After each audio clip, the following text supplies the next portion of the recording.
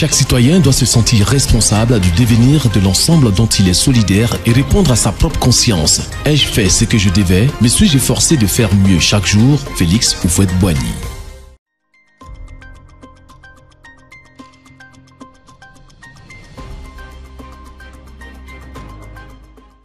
Nous parlerons, comme annoncé à la fin de l'émission de la semaine dernière, des moyens communautaires qui peuvent être mis en œuvre pour gérer la peur. Il y en a plusieurs. Comme nous l'avons fait pour le moyen personnel, nous n'en retiendrons que quelques-uns, à savoir le savoir-vivre, la culture du service, l'organisation rationnelle de la sécurité et la lutte contre l'impunité. Commençons par le savoir-vivre. Qu'est-ce que c'est que le savoir-vivre? On peut définir le savoir-vivre comme les règles de convenance sociale qu'il faut connaître et mettre en œuvre pour bien se conduire en société.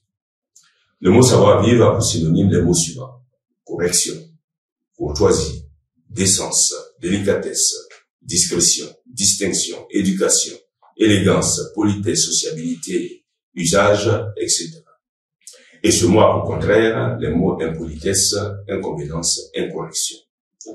Dans les facteurs qui engendrent la peur, nous avons indiqué, vous vous en souvenez, dans les premières émissions sur la peur, nous avons indiqué l'incivilité qui crée en soi un sentiment d'insécurité. Alors, le fait de tous se conformer aux règles du savoir-vivre, évidemment, va réduire considérablement ce sentiment d'insécurité. Car être conscient que les uns et les autres se comporteront envers soi avec correction, crée en soi un sentiment de sécurité et de confiance qui amène à vivre la vie sociale avec sérénité. Il en est de même pour la culture du service. Nous avons évoqué dans les émissions précédentes l'esprit de service.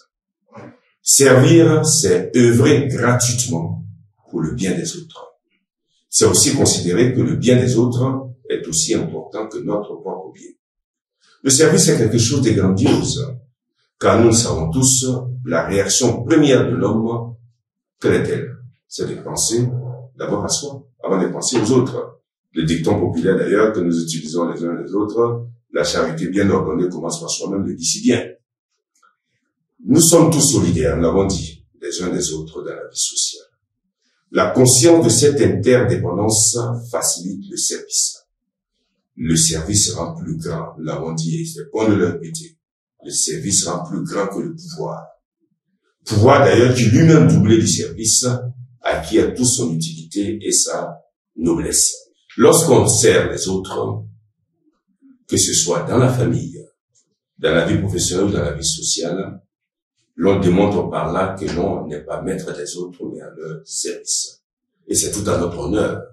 Car alors nous sortons du nombrilisme, nourri par l'égoïsme spontané pour orienter notre regard au dehors. Et ainsi nous ouvrir aux autres citoyens, surtout aux plus faibles et aux plus nécessiteux. Une telle culture de service crée dans la vie sociale un élément de sécurité. Se servir les uns les autres crée une ambiance de fraternité universelle qui accroît le sentiment de sécurité. À l'inverse, se servir les uns des autres engendre la peur. Et donc la culture du service participe énormément à cette lutte contre la peur. La semaine prochaine, nous verrons, pour terminer cette série d'émissions sur la gestion de la peur, les deux derniers éléments communautaires que nous avons évoqués, c'est-à-dire l'organisation rationnelle de la sécurité et la lutte contre l'impunité.